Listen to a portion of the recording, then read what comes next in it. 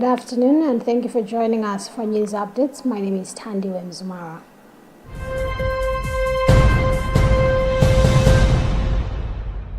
Pope Leo XIV has sent a humanitarian shipment to Ukraine concerning urgently needed medicines and more than 1,000 electronic radiators to assist people affected by the war. According to the Dicastery for the Service of Charity, the shipment responds to a desperate request made by several bishops amid the grave situation caused by the latest Russian airstrikes, especially in the Zaporizhia region. Through the Apostolic Armory, the Holy Father arranged for a truckload of essential pharmaceuticals to address what the office, led by Cardinal Konrad Krajewski, described as a disastrous humanitarian emergency.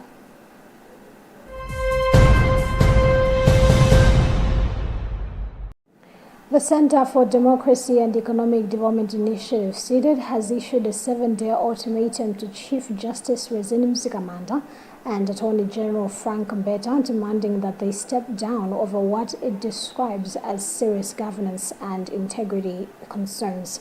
Speaking during a press briefing in Lilongwe earlier today, CEDED Executive Director Sylvester Namiwa accused the two top officials of failing to address corruption-related allegations that have shaken public confidence in the justice system. He cited concerns reportedly raised by the Malawi Law Society and the Financial Intelligence Authority.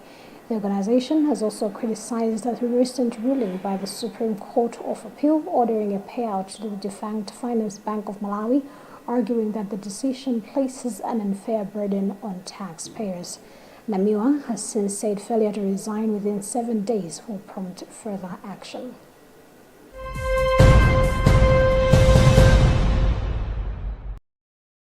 Second Vice President Enoch Shihana has welcomed President Arthur Peter Mutharika's decision to institute a fresh inquiry into the plane crash that killed 9 people, including former Vice President Dr. Saulos Klaus Chilima. In a Facebook post, Shihana has described the victims as invaluable assets to the nation, saying all reopening the probe will help establish the full truth and reflects a commitment to transparency and accountability.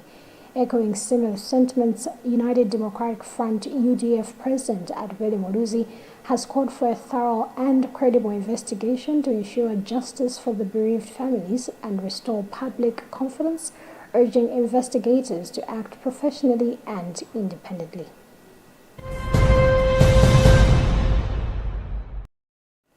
Parliament has directed the Public Accounts Committee (PAC) to investigate the controversial purchase of the Amaryllis Hotel by the Public Service Pension Trust Fund (PSPTF) following intense debate in the House on Tuesday over the handling of the transaction.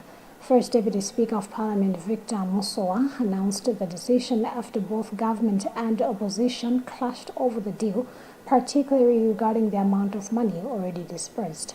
Minister of Finance Joseph Manaveka supported the move, admitting the government is dissatisfied with the matter in which the fund conducted the transaction.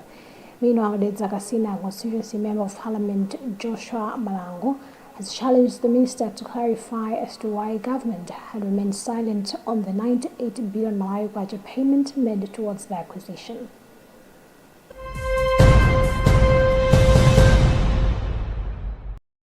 The Department of Disaster Management Affairs (DODMA) has said it has mobilized 149.7 billion Malawi kwacha towards the 2025-2026 Lean Season Food Insecurity Response Program that still faces a funding gap of 59.7 billion Malawi kwacha to assist over 4 million people affected by prolonged dry spells. DODMA spokesperson Jubilio Kamula said that following the declaration of a state of disaster by President Professor Peter Mutharika due to the prolonged dry spells, the department developed the 2025-2026 Lean Season Food Insecurity Response Program to coordinate resource mobilization and the provision of relief assistance to affected communities. Meanwhile, DODMA has commended all stakeholders for their financial contributions and in-kind support towards assisting people affected by the disaster.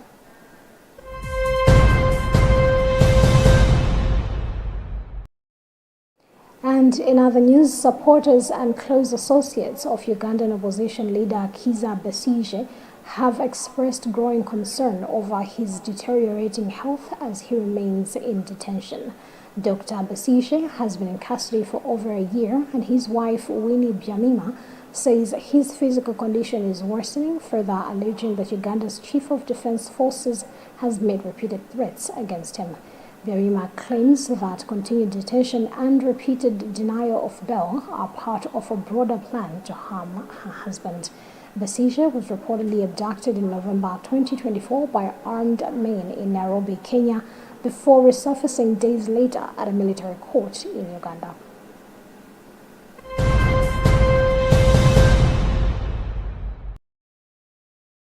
And that's about what we had time for in this edition of our news updates. My name is Tandiwe Mzumara. Good afternoon.